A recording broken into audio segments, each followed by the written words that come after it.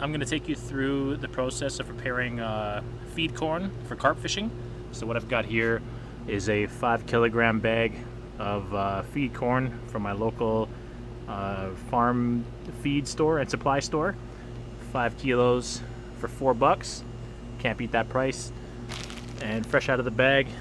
It's very hard and dirty and grainy.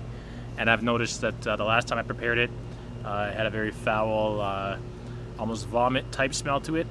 Fish still seem to like it, but that's because I covered it in molasses and coconut and corn flour and vanilla and all sorts of other stuff.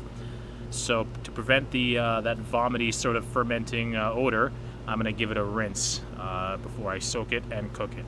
And here I go.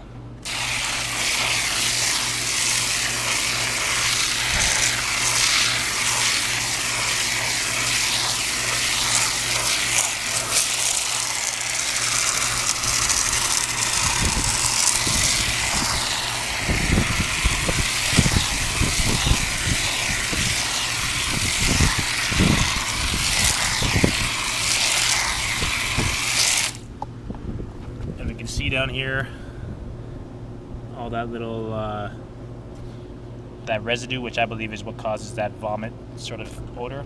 Like I said, if you flavor up your corn, the fish probably don't mind, but if you're not going to flavor your corn to try and save a few bucks, I think it's worthwhile to rinse off all that crap. Plus, in this bag of corn that I happen to buy, often I find little it looks like goat or rabbit type feed pellets. And then if you ferment those, or if you leave those to soak for a day or 2 days when you do your corn, it tends to stink. So I'm removing those as well. And I'm just pouring my first batch of cleaned corn into my soaking bucket, or not bucket, but soaking pot.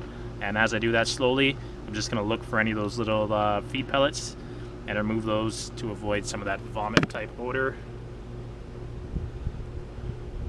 There's some right there. Usually they're bigger though. And that's what I'm trying to get rid of.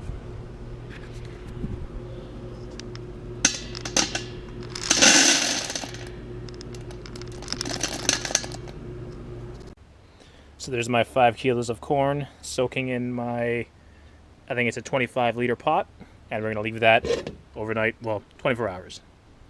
Overnight and into the evening. So here's the corn, been boiling for about 45 minutes now. It's just starting to crack, not fully softened yet, not fully expanded yet, so maybe another 15-20 minutes and it'll be ready to go.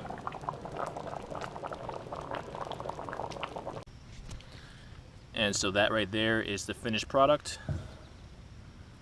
They've expanded in size. Some of them have split right open, and all the inner goodness can now leak in the water. And if you take one, they very easily squish between your fingers and all that good stuff comes out.